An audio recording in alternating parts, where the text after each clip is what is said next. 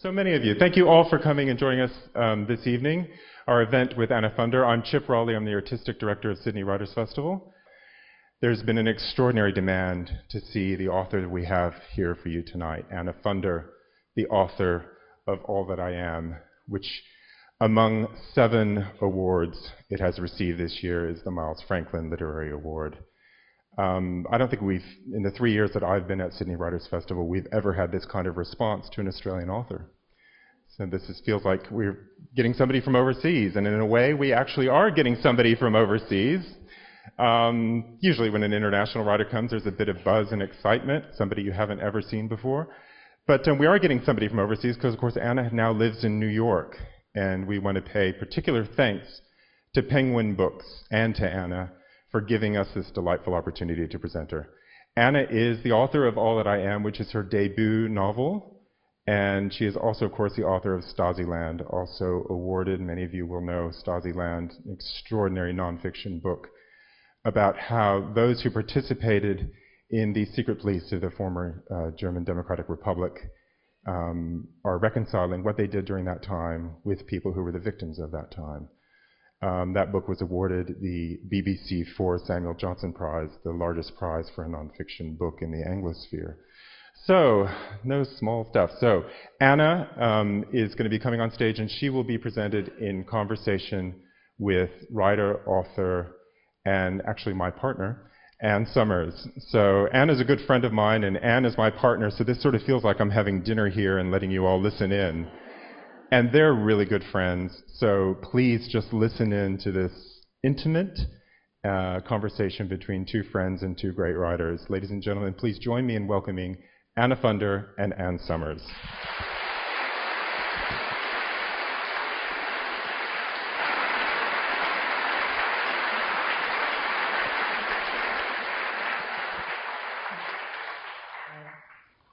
So to start, I want to read a short quote that Anna has used at the opening of part 3 of this book. And it's a letter from one of Dora Fabian's friends to another friend, and it's written on the occasion of the funeral of Dora Fabian, who of course was murdered by the Nazis in London. And the friend writes, "You, a writer, were missing as we buried them in a hideous Jewish cemetery in East Ham. A pitiful bunch of mourners, Toller giving interviews all the while. You would have seen what it was, emigration, the glorious middle section of a grim novel that no one will write." But Anna, you've written it. Oh, thank you for that introduction, Chip, and thank you for that. I know that's the most extraordinary letter that I found when I was researching this book, and I know in your introduction you say how devastated you were by this book. I didn't actually set out to devastate anybody, but it is a grim story in some sense. But the story isn't the real story, which in some ways this novel adheres quite closely to, isn't the story of a murder. It's the story of what the coroner said happened, which was double suicide by reason of unsound mind due to romantic disappointment. So I felt that I had to go along and look at this and look at all the evidence that made up that story, and without inventing any links or leaps or anything, I just looked at what would have been available to the coroner and came up with another story. Was that story your starting point? Yes, I suppose it was. I should first say it's quite hard to see you, but I can see that you're all there. But it's very disconcerting, but we have to be this far back so that everybody on the sides can see, and we have to have very bright lights on us, and not so that we're comfortable, but so that you can see us, which apparently you require. So we're going to have to tolerate this not sort of knowing you're there but not being able to actually see very much. No, but I mean, I can see you. I just wanted to say how happy I am to be home. And even though I can't see anybody here at Fully. I've been in Australia 6 nights, and I've been in a different city every single night, and now I'm home. And I think we'll come in a moment, very quickly, in fact, to talking about Ruth, who probably, it's her story that got this started. But just before we do that, I just wanted to ask you why you decided to write this book as fiction. I mean, given that you'd written Stasi-Land, such an extraordinary book of non-fiction, it would have been perhaps logical to tell this story in the same way. So I'm just wondering, was it you wanted greater latitude with the subject matter, or did you want to kind of spread your writerly wings, as it were? I think I have long-standing problems with logic and logical behaviour. Stasi-Land I would have liked to have written as a novel, and I started to write it as a novel, and it was just execrable. And so I had to put it away. But when I looked at it, it was bad in its own right.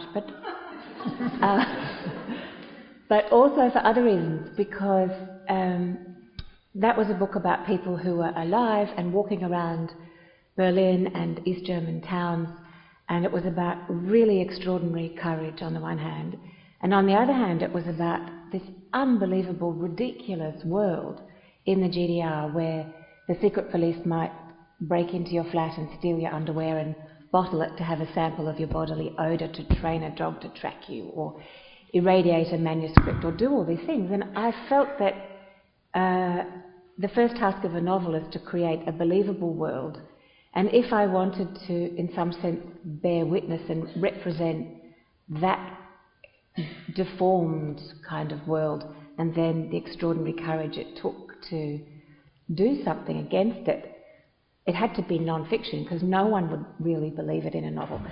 Whereas this was a different thing. The limits of what you could do in non-fiction for Stasi-Land are you can't really get inside the head of someone else unless they tell you that's what they're feeling at the time. So this is what it feels to try and scale the Berlin Wall as a 16-year-old, or this is what it feels like to be in interrogation, or this is what it feels like to be a Stasi man or something. Unless they tell you, you can't go there. That's, I think, the sort of limit of legitimate non-fiction. But the task of the novel is exactly the opposite of that. It's to get into somebody else's consciousness and represent it, so that we have this sense that we know a little what it's like to be another person. This sort of imaginative empathy, which is what I think novels are for. So I pushed it way too far, and I got two narrators, and I'm inside two heads, and it nearly killed me, but that was why this had to be a novel. Mm.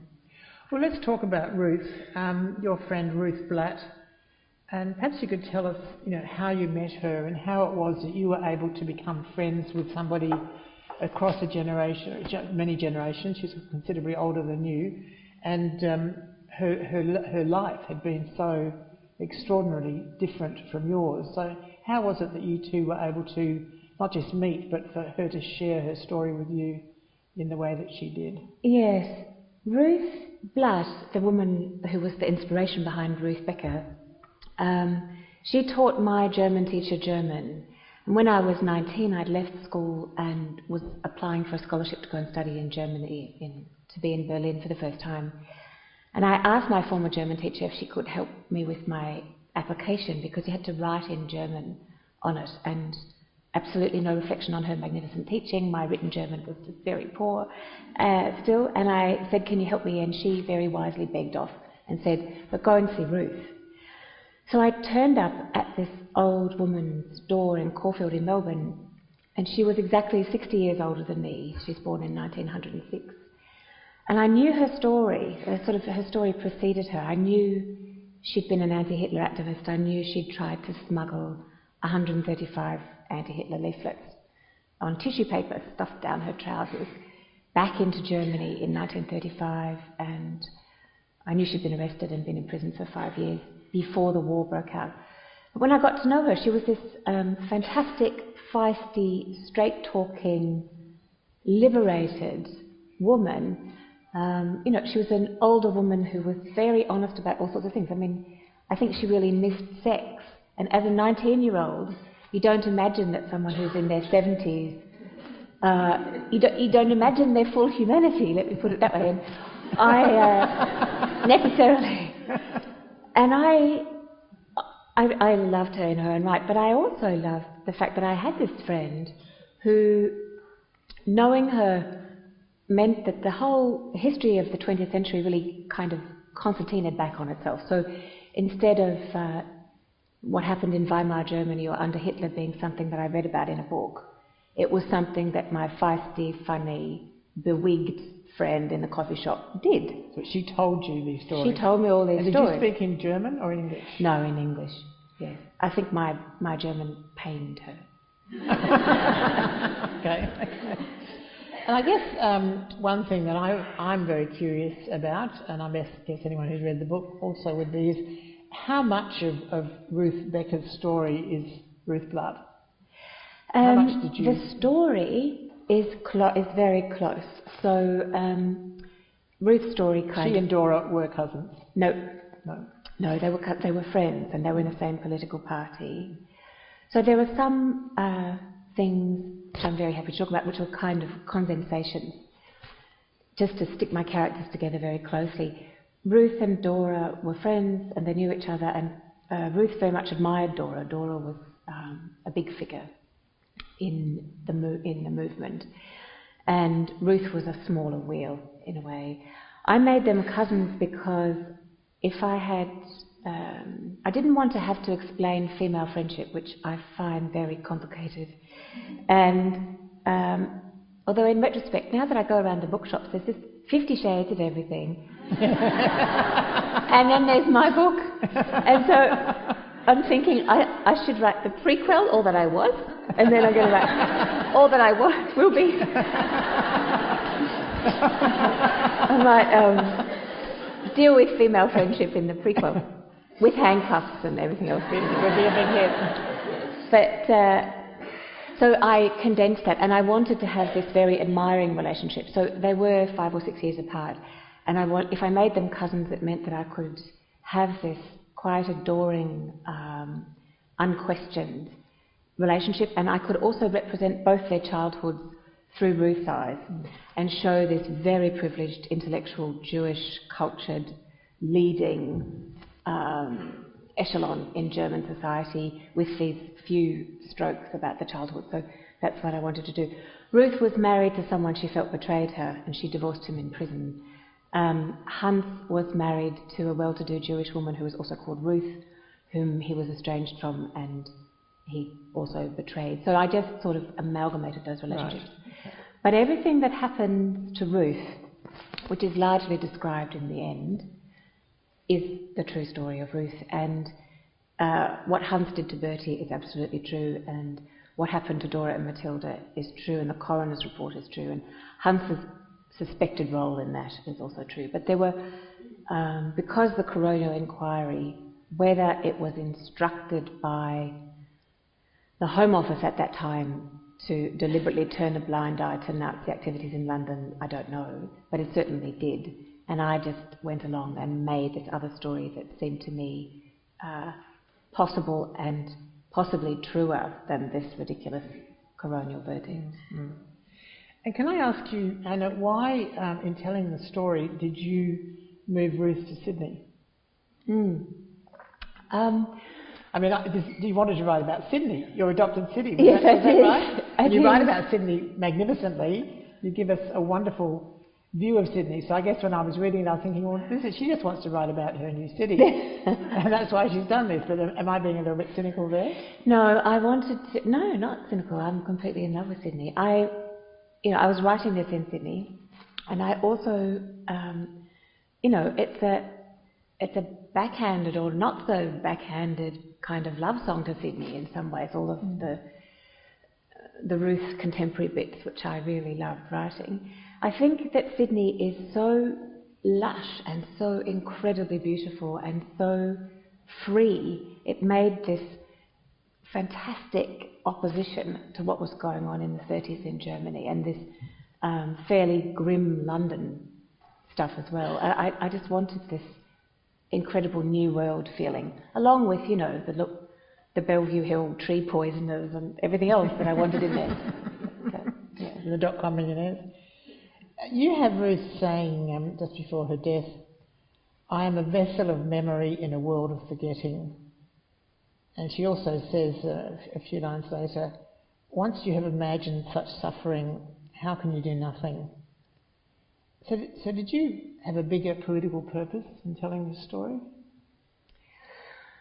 When I started writing it, John Howard was still in power, and I was very upset by some of his policies, and particularly in relation to asylum seekers, but also in relation to control over universities and to some extent over the ABC and all sorts of things. And so I didn't have an explicitly political purpose. My main purpose was to make as powerful a book as I could.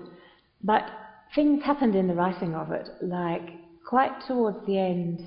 I mean, it took 5 years, maybe, in the 4th year, I discovered that there were ships full of Jews fleeing Germany in 1939, coming to the coast of America and Canada, and being turned away. The St. Louis was one of them. So I made Clara, Toller's stenographer, have a brother on this ship, which was really there and was really being turned away. Those sorts of things fitted nicely into the book. But they also did something that I wanted the book to do, which was to bring these stories right up into contemporary time. And that's why I wanted Ruth to be telling it practically here and now in 2001. I think that this story of incredible but also surprisingly common resistance against tyranny, bad government, dictatorship, whatever you want to call it, is actually universal, and pretty much the same book as this could be written about China, Tunisia, Libya, Burma, certainly Russia. And so in a way it's very specific, but it's also a kind of set piece about the machinations of power. Just to round off this little section talking about Ruth, can I ask you to read the passage about Ruth? It's so nice to be here. I went on this, when the book first came out in September last year, I was going around talking about it, and in this kind of really kind of horrible, coy way, because at the heart of it there is this, there were these 2 dead women. It's a kind of murder mystery. And I couldn't actually say that. So I was reading all these bits from the beginning of the book and leaving people kind of, scratching their heads. And now I'm very much enjoying reading stuff from the end of the book. This is a scene where Ruth has had an accident on New South Head Road, and she's gone into hospital. It was one of those weird things. The day that I went in to write that day, I didn't actually know that Ruth was going to have an accident.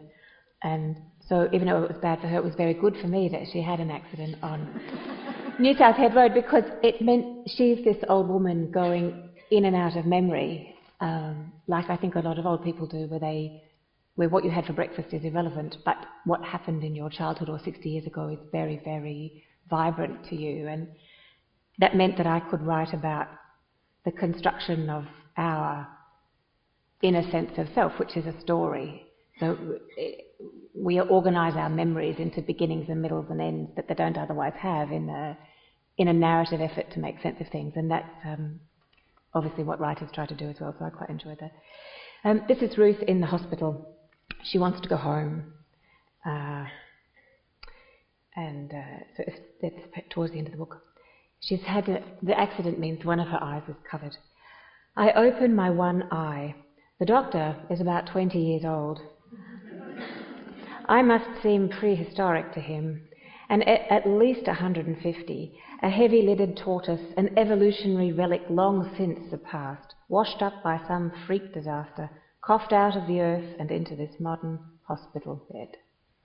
I crane my neck from the pillow and know it wobbles loosely. It is reptilian, crisscrossed with deep, dry crevasses. Around his own smooth neck, the boy doctor has a stethoscope with a yellow plastic stem, a toy. Sideburns creep improbably across his baby cheeks. You seemed distressed in your sleep, he says. You were calling out. I came earlier, but you were asleep then too. He unhooks my chart and examines it, not pausing for answers. I'm finishing up now. Wanted to check on you before I leave. You sleeping well? I wonder if he listens to himself, let alone anyone else. Any pain?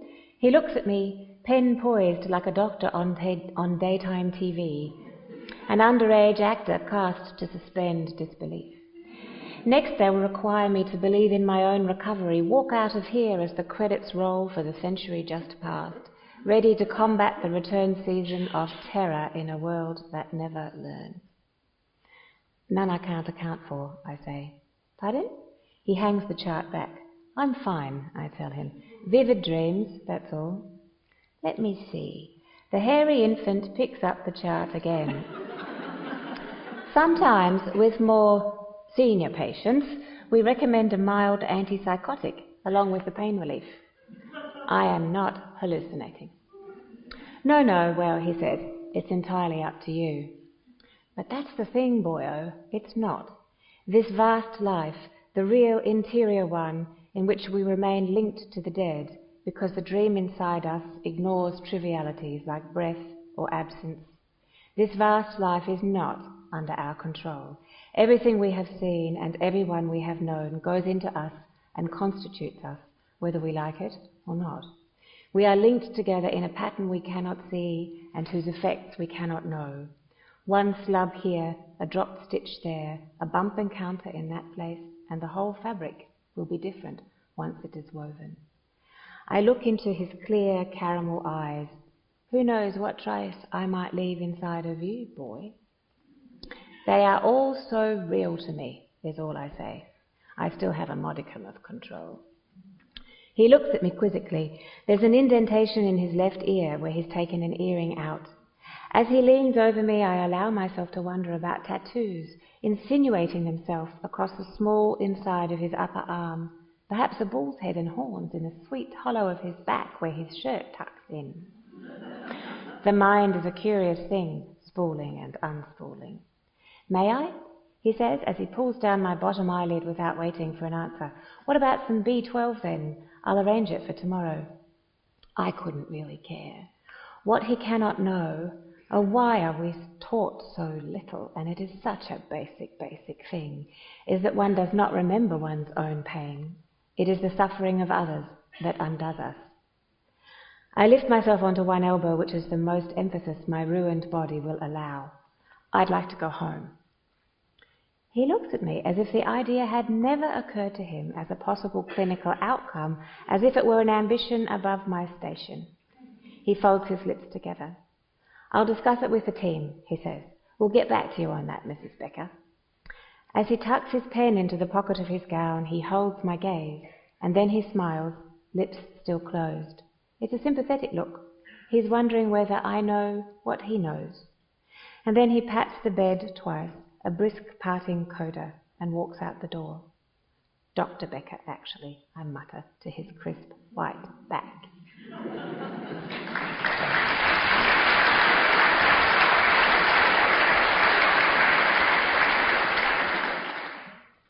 Such beautiful writing throughout this book.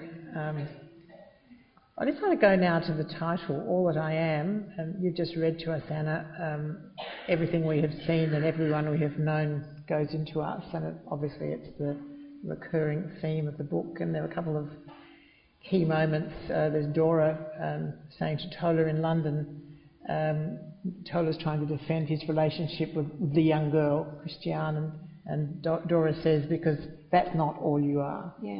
And then later in New York, Toller and W.H. Auden are talking in the Mayflower Hotel, and he says, all that we are not stares back at all that we are. And then you have Ruth herself saying, it is the hardest thing to work out one's weight and heft in the world, to whittle down all that I am and give it a value. What were you doing? What were you trying to say with all of this? Titles are really notoriously difficult, as you know. I wanted to... somebody said to me recently, oh, so the title comes from Auden. It doesn't come from Auden. The Auden scene was another thing that came really late in the piece and that I had an absolute ball writing. Auden did say that. That's a quote of his. But I had the title before then. The title, this is in some ways a very intimate novel because you're in these heads and you're in the beds and it's about the sort of courage, so it's about fear, and it's about love, so it's about betrayal. But it's also kind of panoramic about this German left-wing, right-thinking movement that's been largely forgotten over the century. And I wanted a personal title. I wanted something that was very immediate. And I think that when we make a mistake or do something terrible like Hans does, we say to ourselves, oh, we're only human, as if to be human is quite a small thing, a very fallible thing, and that's all that you are. By the same token, when Toller first sees Dora, she's giving a speech, and there's this moment where she holds out her hand, and he recognises in her something that he's felt in himself, which is the ability to hold the value of your life in your hand and use it almost as a weapon. So these are people who, for instance, Dora or Toller in the war, knew that the forces ranged against them were likely to eliminate them, and they put themselves out there anyway. So in that sense, to be human is this extraordinary thing. All that you are is something huge, and on the other hand, it's something small-ish. And I just wanted to have that tension in there. I think it's a wonderful way of characterising it, and it's not only at such a personal level, but as a means of encompassing so much. I mean, two of the very big emotions that are in this book and that are constant themes in it, and part of who Ruth is the whole notion of betrayal and the notion or the reality of fear. And there are a number of places in the book where you describe fear, and one that I thought was particularly arresting was fear felt like a bird locked in your chest, the bird beating against you from inside your chest, and I thought just was an extraordinarily graphic way of describing it. But I mean, you're writing about people who are doing what they believe to be the right thing, and they're incredibly brave at what they do. They're living in a total sense of fear all the time, and a constant fear, and as it turns out, reality of betrayal.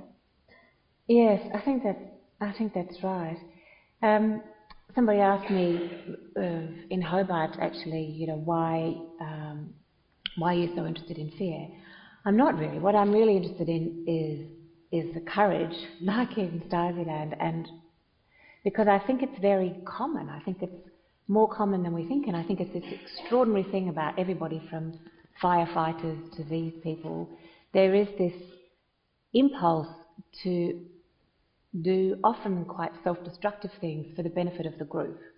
There's a kind of basic level at which we are wired for altruism in this way, and that's something that I like to explore. But if you're very brave, unless you're, certifiable or very reckless,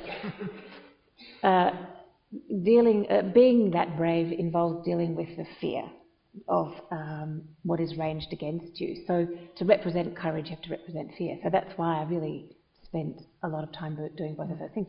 It's a bit like to represent the love. You've got to represent the desire and the wanting before the love is real, and then, in the case of Ruth and Hans, then this terrible betrayal as well. It's sort of like somebody was talking to me saying, why am I interested in all these devastating things? I'm not really. I think it's like a doctor who, you could say, well, what are you so fascinated with disease for? But actually what you're interested in is health, and so I think you tread those boundaries. To continue on this theme for a moment, on this way of talking about the book, I mean, I'm very interested in the story of Ernst Toller, who, of course, of all your characters, is the real celebrity in all this. He's the one who's most widely known, who's been written so much about, and I'd read about him before I read your book. His is a story of sort of grief and anger and ultimately one of self-annihilation. What made you choose him? I mean, was he already in the story, or did you decide to put him in there?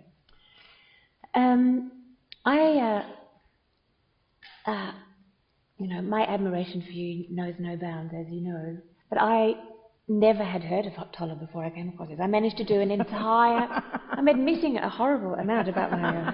I managed to do an entire honours degree in German without ever reading or hearing about him. But you certainly made up for it, Anna. I know. I could have called it atonement, though someone did that before. It was taken. I know. Bugger. There was a snippet of evidence that I found that Dora Fabian was Ernst Toller's stenographer and helper, and when I read one of his plays, it seemed to me that one of the characters resembled her, and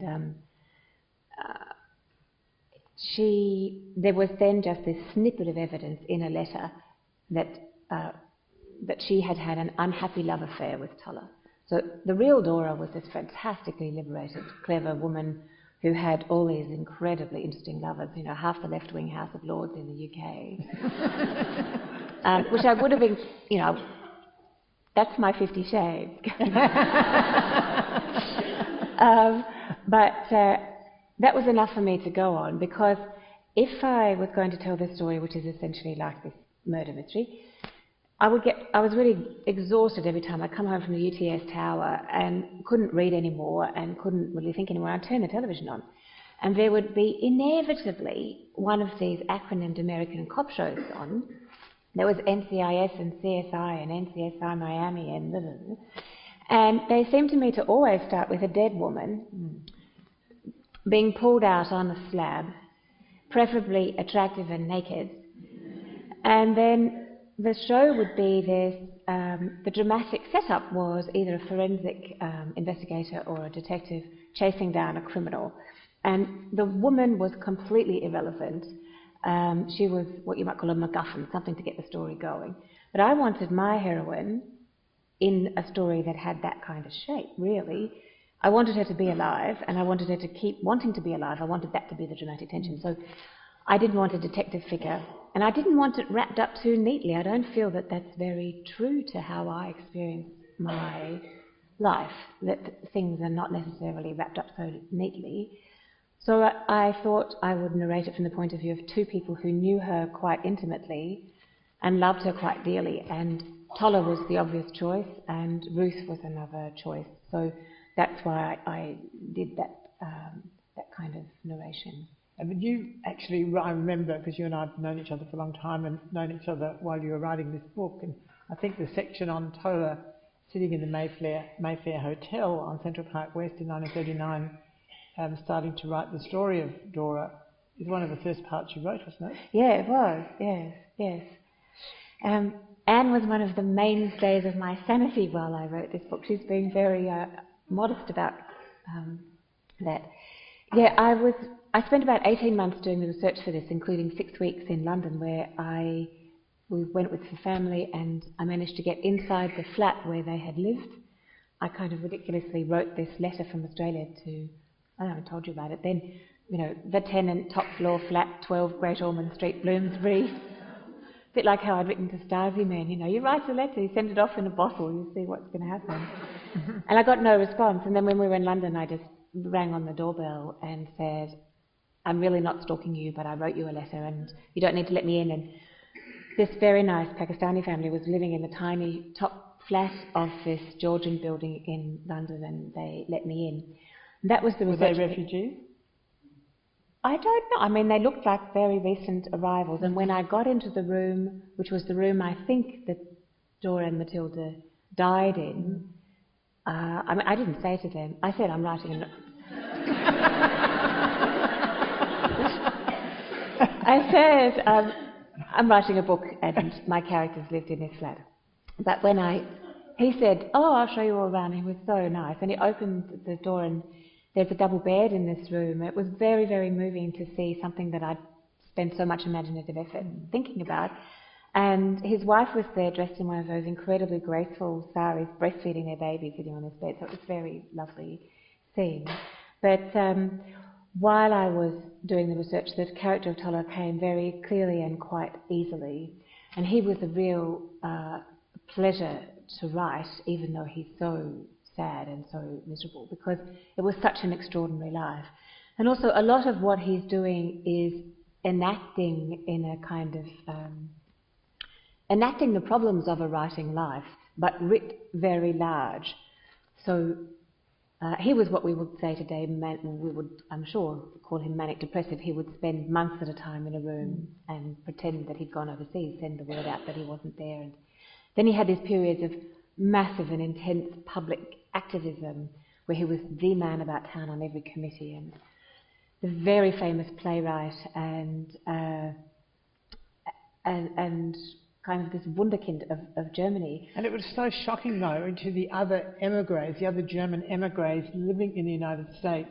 You know, these are people who supposedly had escaped, they had got away, they had the potential for making a new life, and yet many of them couldn't hack it. And Toller himself, he killed himself. And I've just read accounts of the shock and the disappointment and the fear that engendered amongst other German emigres who were in the United States at the time, not to mention those who were left behind. Yes, I think it was very hard to be outside of your country, to be irrelevant, to be operating outside of your language.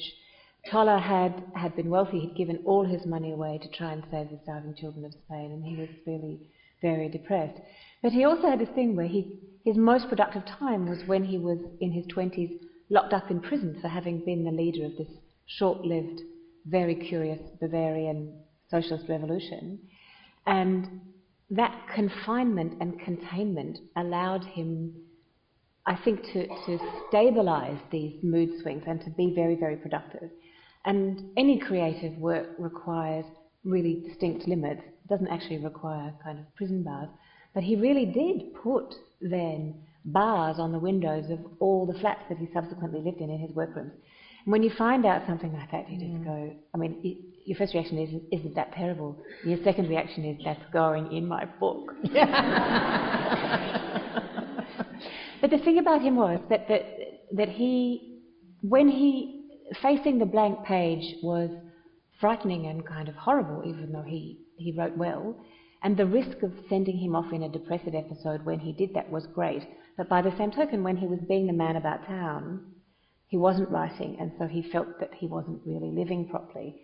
And that's a very extreme version of, I think, what a lot of writers feel. If you're not working, you're not really examining what you're thinking and engaging properly in the world. I'd like to, in a moment, move on to the extraordinary research that you've done for this book, and something you and I used to discuss when we used to have other lunches all the time while we were both writing our books and struggling with the problems of doing so. But before we do that, I'm sure the audience would like to know a little bit more about you, Anna. I'm interested, you started out as a lawyer, so what made you change from lawyering to writing?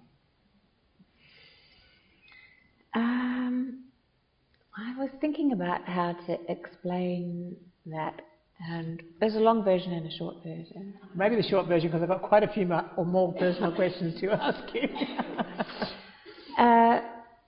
Shortish. At one point, yeah. At one point, I did a law degree where I did a lot of work on human rights and international law, and I got this fantastic job when Paul Keating was in power in a little office in the Attorney General's Department called the Office of International Law. And we did treaty negotiation for Australia and constitutional law advice, and I really loved it. But I didn't love it enough. And I remember looking around me at my colleagues happily working away and fully engaged in their lives and thinking that, you know, I was taking notes and that I was using this somehow as material. And it felt wrong. I thought, you can't use your life as material. You have to, you have to bite the bullet and go. And so I left that job, and I left my then boyfriend, and I left the country, and I went to Berlin, and I started writing Stasi-Land. The other version of the story involves a bear, but you can ask me about that later. Well, I guess I better ask her. The bear, what sort of bear? Oh no, I was asked about this yesterday when, people were saying, what about your childhood?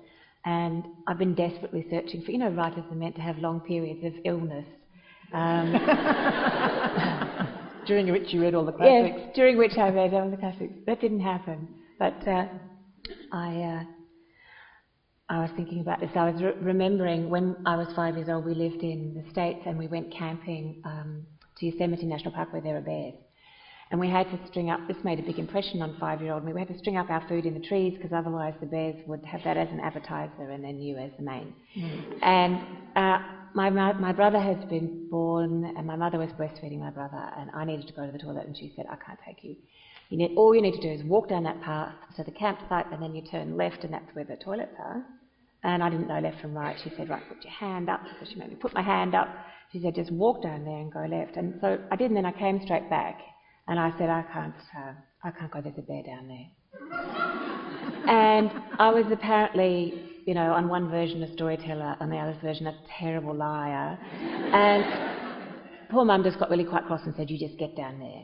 Put your hand up and you get down there and you just go to the toilet and don't come back. And I came back again, I said, I can't go, there's a bear down there. And she said, will you get down there?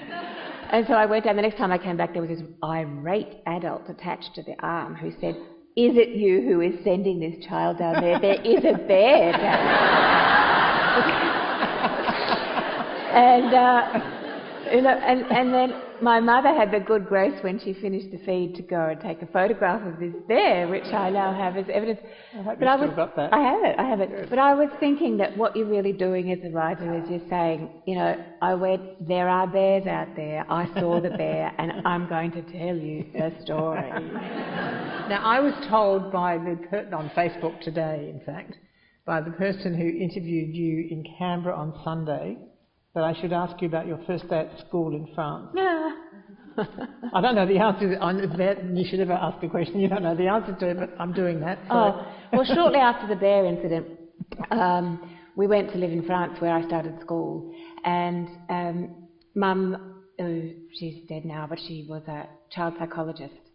And so on one view she was experimenting on her own children, and on another view she was using the very latest in 1970s child-rearing techniques. She thought that it would be best not to say to me, not to make too big a deal of this. So she didn't say, for instance, you will turn up and not understand a single word anyone says to you. So I went to school and I didn't understand a single word anyone said to me, but because she'd played it down so low, apparently I came home and she said, so how was your day? And I said, fine. And she said, what happened? And I said, nothing. So you can just see the relationship that was there. But no, the first thing that happened to me on that day of school where I understood nothing was that the other kids who came running up to me happened to be two identical twins dressed identically with identical plaits doing this. So I was not only didn't understand anything, I was just seeing double. But I think what that did more seriously was mean that in 6 months' time I was speaking French, and I knew that language was this magic curtain and you had to master it, and that things happen differently in French, and they do. I think they still do. I think there's this range of expression for emotion that people use much more readily, and it made me into a word-obsessed observer of what was going on, I think. While you were writing the book, you had two little girls, Imogen and Polly, and while you were writing the book you had a little boy, Maximilian, yes, who's now nearly 2, I think. He's 3. 3, okay, I can't count. Just tell us what it was like writing a book like this, not only with children, but having another child while you did it. Well, people sometimes ask me that question and they assume that it's hard to get to the writing. But I always think that it depends how much you have to get away from. And if your life is making lunches and, scraping, tantruming small people up off the supermarket floor, writing looks really attractive. I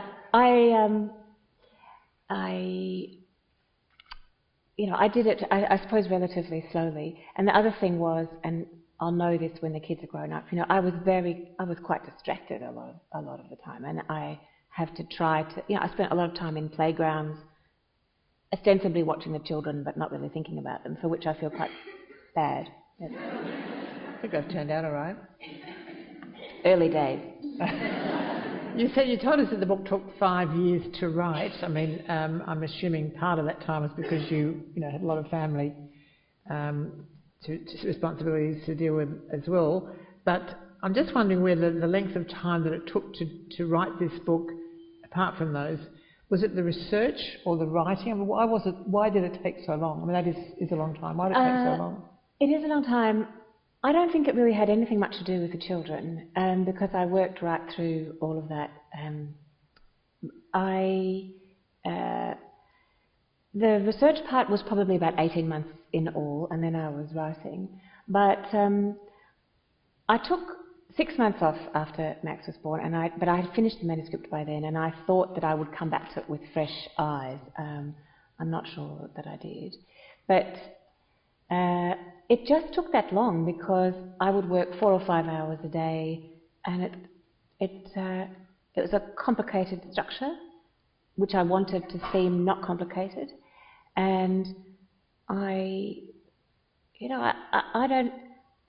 hoping that the next one goes faster, but I'm not sure.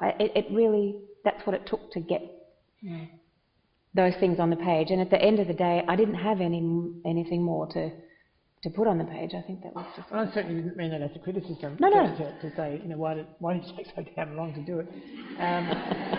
I do remember when Anna and I used to meet for lunch at a restaurant called Ciclo in Chinatown about every few weeks while she was writing this book and I was also writing my last book, and both of us were doing huge amounts of research and both of us having a lot of trouble in working out how to structure very complicated stories. So we used to sort of talk in very practical terms, but because of that I know a fair bit about how you researched your book and some of the extraordinary efforts, the lengths you went to. And I remember one day at lunch you were telling me you'd spent the morning looking at photographs of the East End docks in London.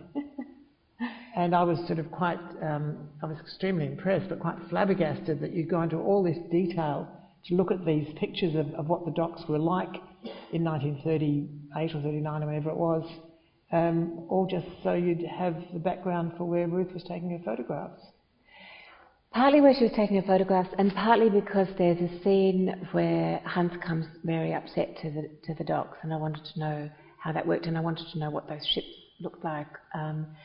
But I did do a lot of research, which is not to say that I got things right.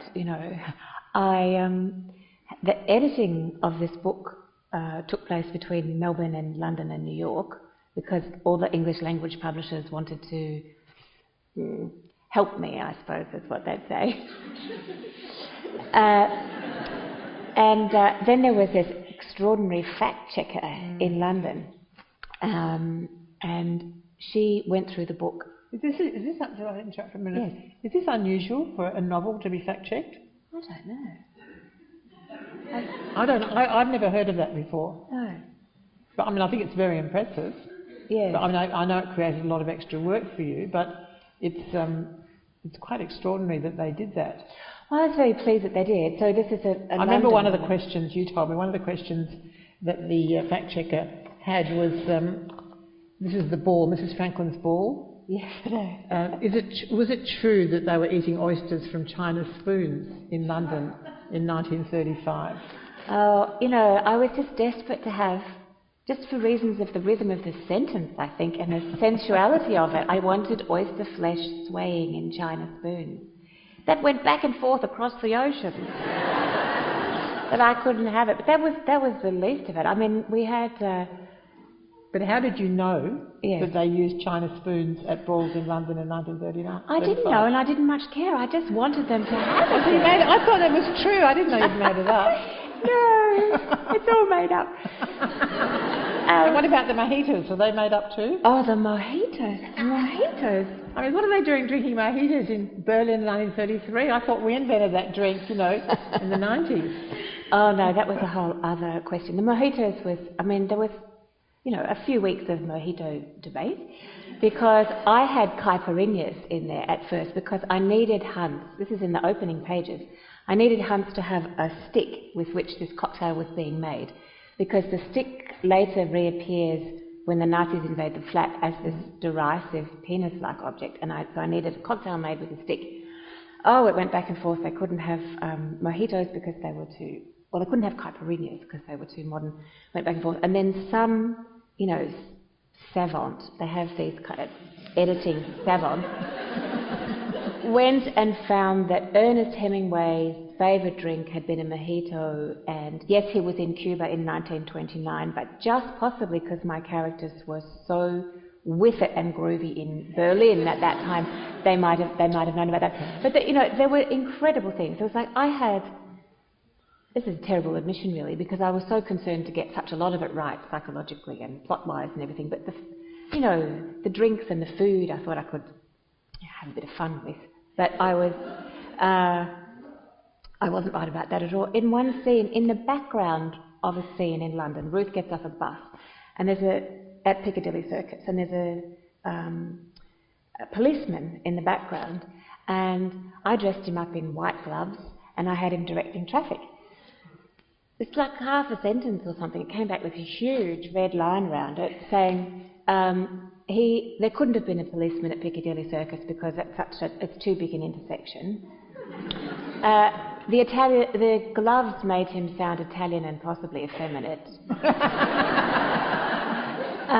You know, you could tell the tone of this that was going on. And moreover, the traffic lights were installed there in 1932, and your scene is in 1934. So this went on for 400 pages on every single page. There you go. Well, I think it's nothing. It's better to have a good editor than to not have one. Was the last mother fact-checked? No. You did. No, I did. Well, I think it was edited, but I didn't have that level of second guessing. Look, we're going to. I know the audience. You'll have many questions of your own, and we will go to your questions in 1 second. I'll just ask you one final question, Anna. Just again, in terms of introducing real people into this story, I found it not only intriguing but actually quite chilling that Winston Churchill, makes 2 appearances in your book. Firstly, you have him in the Houses of Commons in Parliament, quoting material that Dora has smuggled in about the rearmament of Germany, which he, of course, was in vain in those years trying to get the British government to take seriously. And then you have him, I thought, extremely poignantly attending the inquest. I mean, do you know whether he was actually there? Or I think he was. This is quite amazing. I know. I think. Churchill. These were Churchill's wilderness years, yes. Of course. I just love the fact that you brought him into it. Yes. It was a thrill to operate in this area that is both, you know, hugely imaginative and personal, and making, I mean, not to be grandiose about it, but making some kind of intervention into history to say this verdict is ridiculous, and also this is what it must have felt like at the time. Tony Judd, the wonderful British historian who lived in America and died last year, he says, you know, that when we read history, it serves to disenchant us because many of the things that we read are discomforting. And I suppose that's because they don't fit with whatever national narrative we're telling ourselves. But the purpose of writing a novel is to enchant. You know, at some level you want to make something that is enchanting. So you're working all the time between the uses of disenchantment and the pleasures of enchantment, and Churchill fitted somewhere into that. It was great, yeah. Please join me in thanking both Anne and Anna.